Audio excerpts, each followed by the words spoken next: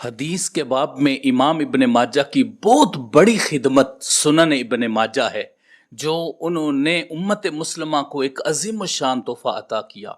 اس میں امام ابن ماجہ نے 4341 احادیث اس میں رکھی ہیں، اور اس میں 3002 احادیث ایسی ہیں جو باقی 5 کتابوں میں موجود ہیں، جو صحاح ستہ کا حصہ ہیں، ان میں موجود ہیں، اور اس میں سے 1339 احادیث ایسی ہیں جو زوائد میں آتی ہیں، یعنی وہ 1339 احادیث باقی جو 5 کتابیں ہیں صحاح ستہ میں سے، ان میں وہ شامل نہیں ہیں۔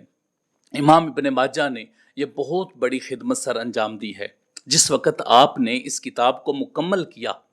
تو آپ نے امام ابو زرع رازی رحمۃ اللہ تعالی علیہ کی بارگاہ میں اس کتاب کو پیش کیا۔ آپ اس پورے بات کو بیان کرتے ہوئے فرماتے ہیں، عرضت ھذا السنن علی ابی زرع، میں نے اس سنن کو ابو زرع پر پیش کیا، میں نے کہا کہ آپ اس کو چیک فرمائیں، فنظر فیہ، تو انہوں نے اس میں غور و فکر کیا۔ جس وقت پوری کتاب دیکھی تو فرمایا، اظن ان وقع ھذا فی ایدی الناس، میرا خیال یہ ہے کہ اگر یہ کتاب لوگوں کے ہاتھ میں چلی جائے، تعطلت ھذہ الجوامع اکثرها، آپ فرماتے ہیں اگر یہ لوگوں کے ہاتھوں میں چلی جائے تو پھر لوگ باقی جامع کو چھوڑ دیں اور اس کو پڑھنا شروع کر دیں۔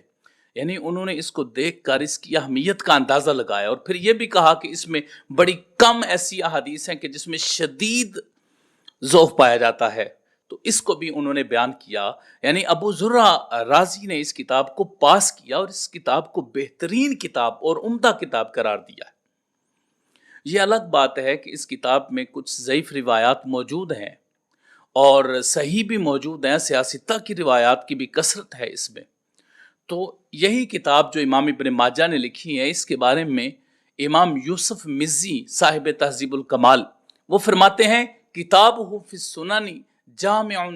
جید، ان کی جو کتاب سنن ہے وہ بڑی جامع اور بہت اچھی کتاب ہے، کثیر الابواب والغرائب، اس میں بڑے بڑے عجائب اور بہت زیادہ ابواب کا بھی ذکر کیا گیا ہے، یعنی ایک نالج ڈلیور کیا گیا ہے اس کتاب میں، بڑی احادیث کو جمع کیا گیا ہے۔ لیکن ساتھ ہی انہوں نے یہ بھی فرمایا، وَفِيهَا أَحَادِيثٌ ضَعِيفَةٌ جِدًّا، اس میں بہت زیادہ ضعیف احادیث ہے، یعنی انہوں نے کہا ہے کہ اس میں ضعیف احادیث موجود ہیں۔ تو سنن ابن ماجہ میں ضعیف روایات یقیناً موجود ہیں، اس کا تو انکار نہیں کیا جا سکتا، اور محدثین کرام نے یہ بات واضح بھی فرمائی ہے کہ سنن ابن ماجہ میں کچھ ضعیف روایات موجود ہیں، لیکن کثرت کے ساتھ نہیں، اس میں بہت زیادہ روایات صحیح بھی ہیں، اس میں بہت زیادہ روایات حسن بھی ہیں، ہر طرح کی روایات اس میں موجود ہیں۔ ابن ماجہ جو سنن ابن ماجہ ہے، امام ابن ماجہ نے جو لکھی ہے، یہ کہ اس کتاب کی کچھ خصوصیات ہیں۔ ایک اس کی خصوصیت یہ ہے کہ یہ کتاب بڑی عمدہ اور بڑی اچھی ترتیب کے ساتھ لکھی گئی ہے، اس کو فقہی طریقہ کار سے لکھا ہے اور بڑی اچھی ترتیب کے ساتھ اس کو پرویا ہے۔ ایک دوسرا یہ ہے کہ اس میں روایت کا تکرار بہت کم کیا ہے، یعنی جو زیادہ تکرار والی روایات تھیں ان کو نکالا ہے اور تکرار کو بہت کم رکھا ہے اپنی کتاب میں، جس طرح امام بخاری رحمۃ اللہ علیہ نے بہت زیادہ تکرار رکھا ہے۔ اس کے علاوہ تیسری چیز یہ ہے کہ اس میں زوائد اور تفردات لے کے آئے ہیں، یعنی مطلب یہ ہے، زوائد سے مراد یہ ہے کہ جو صحاح ستہ کی باقی کتابیں ہیں 5، ان 5 میں جو روایات نہیں آتی ان کو زوائد کہا گیا ہے۔ تو زوائد ابن ماجہ کے نام سے باقاعدہ طور پر علماء کرام نے کتابیں لکھی ہیں، امام بصیری نے لکھی ہے، امام جلال الدین سیوطی نے لکھی ہیں، جو اس میں زوائد ہیں ان کو مینشن کیا ہے کہ یہ روایات جو ہیں وہ صحاح ستہ کی وہ جو کتابیں ہیں، بخاری، مسلم اور نسائی، ترمذی، ابو داؤد، ان میں یہ نہیں ہے، یہ انہوں نے واضح طور پر اس کو بیان بھی کر دی ہے۔ اس کے علاوہ اس کی خصوصیت یہ ہے کہ اس میں 5 ثلاثیات آتی ہیں، 5 ثلاثیات امام ابن ماجہ نے اس میں ذکر فرمائی ہیں،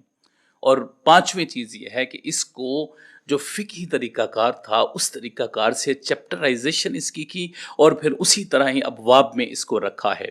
یہ سنن ابن ماجہ جو امام ابن ماجہ نے لکھی ہے، اور اس کتاب کی اہمیت کا اندازہ اس سے بھی لگایا جا سکتا ہے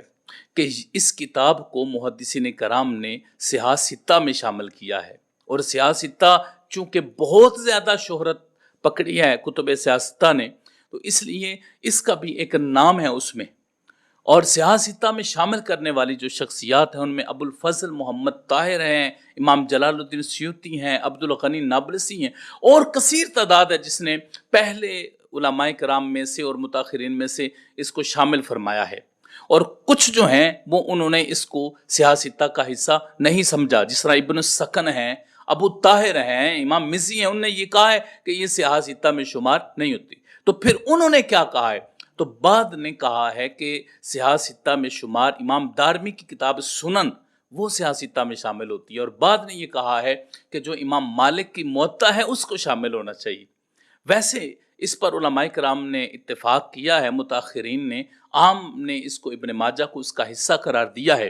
اگر روایات کی تحقیق کو دیکھا جائے کہ صحیح روایات کس میں اور ضعیف کم کس میں ہیں، تو ظاہر ہے اسی کو ہی سامنے رکھ کر انہوں نے موطا امام مالک کو ترجیح دی ہے۔ لیکن برکیف عامت الناس جو عام متاخرین محدثین کرام ہیں، انہوں نے سنن ابن ماجہ کو ہی سیاہ ستہ کا حصہ قرار دیا ہے۔ تو یہ سنن ابن ماجہ کتاب ہے جس کے بارے میں یہ زیادہ تر محدثین کرام نے یہ فرمایا ہے کہ اس کتاب کا شمار سیاہ ستہ میں ہوتا ہے۔ علاوہ ازیں ابن ماجہ کی جو شروحات لکھی گئی ہیں وہ بھی اس کتاب کی اہمیت پر دلالت کرتی ہیں، جس طرح علامہ علاء الدین حنفی کی کتاب ہے شرح ابن ماجہ، یہ انہوں نے کتاب لکھی۔ دوسرا ابن رجب حنبلی نے کتاب لکھی، ابن ماجہ کی شرح لکھی، اور امام بصیری نے الدباجہ کے نام سے ابن ماجہ کی شرح لکھی۔ امام جلال الدین سیوطی نے